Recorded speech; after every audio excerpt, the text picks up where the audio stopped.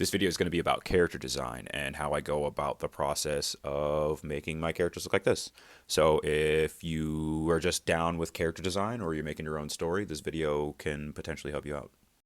So I got asked a really cool question the other day, and essentially the long and short of it is after all the time of me doing this, which has been like 15 plus years, how would I go about designing a character right now? Would I just start sketching? Would I go looking for inspiration? How would I go about that? And to be completely honest with you, the answer to that is a little bit of both. Sometimes, I'll be completely honest with you, I'll be in the middle of making a panel and just make the design right then and there. And the first time I've ever seen the character on paper was the first time that you all saw that character on paper. And there's other times where I take a really long time to design the character, or I could take a really long time to design the character, and I see something at the last second that makes me I'm like, never mind. I'm just a complete change.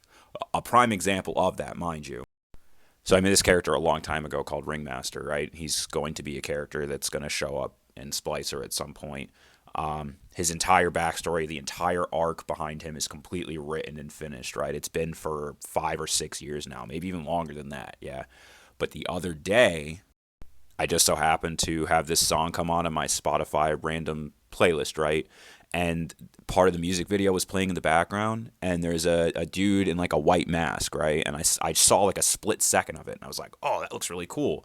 And for some weird reason, I then completely changed Ringmaster's design, and he's now going to look like this. I mean, this is obviously a quick sketch, but he's going to look more like this. And I think this is more to my style, and I like it a lot more. And honestly, this is a combination of this and Voldemort. Like, I kept thinking, I really want to do something like with a crazy, wavy cape kind of thing like Voldemort has. And then I saw the mask thing, and then everything kind of just came together. And it just happened that way. Then there's characters like this that I just randomly did in a sketchbook that I was just drawing while I was hanging out with family. Like it was like Easter or Christmas or something. And I have no backstory for this character, but I'm going to make one later. And then there are characters like Jamin, for example, a very prominent character in my series Splicer right now. Jamin is a character that is based off of someone that I know in real life. A lot of the main cast is based off of people that I know in real life. Some of my best friends, closest family members, like people that really like had my back throughout all the years of me doing this, even before it was even considered a real possibility. So at the time, obviously everyone's always kind of had a part. Like I'd always show them what I was doing and kind of be like, hey, what are some things that you really like with the characters that you're into and such, just to get like a rough idea. Because obviously I want the characters to look cool to the person that that they represent, right? But at the time, all Jamin had told me is that he wanted really long hair, and that he eventually wanted it to look like a long ponytail, like a short or a low tail, kind of like how Neji Hyuga has in Naruto. So this is how I used to draw him all the time, and now this is how he looks. And his inspiration, like the upgrade, obviously the Neji hair is there. I have it now. He's got the low tail, but his armor is more of a combination of me trying to create some type of futuristic Greek armor with respect to Saiyan armor, because Dragon Ball was like the first crazy like anime that I saw that was like considered like anime. You know what I'm saying? Like way back when I was a little kid. Now, with Ragnarok and Kuma, they were a little bit of a different story. They have completely changed, and I mean completely changed, 7 to 8 times over the 15 years that I've been making this story. Their personalities are still the same. Kuma still has his trident. Ragnarok still has his sword. That's always been the same. And Ragnarok in particular has always had horns, so that has always stayed. But other than that, if I showed you guys OG photos of them, they're unrecognizable. And one day I will. I definitely will. But with them, I went a little bit more. Like I actually have blueprints, even crazier than this, of their armor. Front, back, left, right, like everything before I had decided to finally add it in, because I had outfits on them originally that I actually plan on revealing later on in the story. So I was like, I need to come up with something like that's like shows my style now and shows where I'm at now. And I thought that this was, more along the lines. It was a combination of like, Asgardian armor kind of look, like more like, in like furs, like night fur and stuff like that. They're an amalgamation of everything, really. And like I said, this was the sketch, and then this is how it ended up looking. This is how Kuma ended up looking.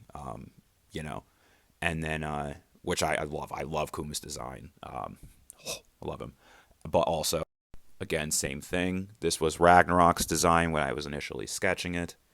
The helmet, armor, and then this is how it looks on him. So like I said, it's kind of a combination of both. I love looking up awesome designs that artists and creators have made to kind of like try to understand where they were at when they came up with that, because I wouldn't think of a lot of this stuff. I mean, you know what I mean? Like with my characters, more along the lines like these are all things that I love. I love the look. I love the style. So like it's easier for me to be able to make characters that look like this. But when it comes down to me trying to make characters that are like not like this, like the rest of the characters in the world and such, like sometimes you need to just go look. Like, you know what I mean? Like I consider this more of a manga, I guess, but it's a manga, comic, whatever you want to call it. But I constantly go back and look at Thor and Superman to try to look for cool styles. Spider-Man, like, you know what I mean? Like I look at characters like Kingpin and I'm like, I would never just outright come up with a character that looks like Kingpin, but after looking at Kingpin, I'm like, I could make a character like Kingpin, And that's what it's all about. It really, it really is.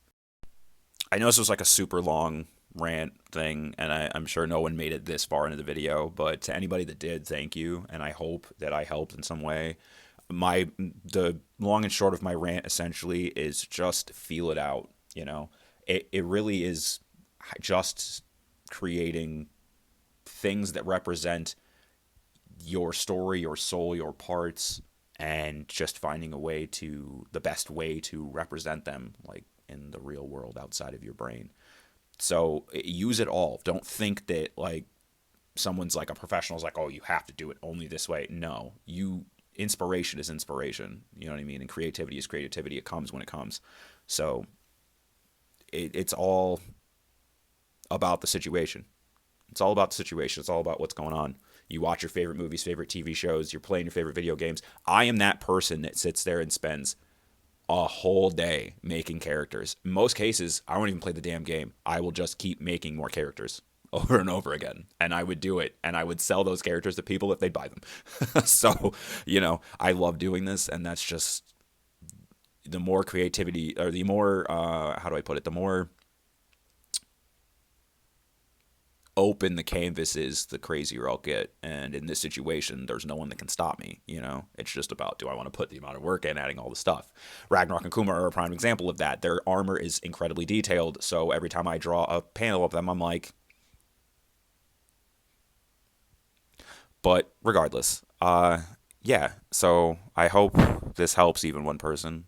And yeah, if you have a second, maybe go read Splicer and let me know, because I really like to talk about it, and I feel like I don't get to do that enough. So maybe I'll make a Discord like everyone keeps yelling at me to do. Sorry, everyone that keeps yelling at me to do that. Okay, I'm going to go.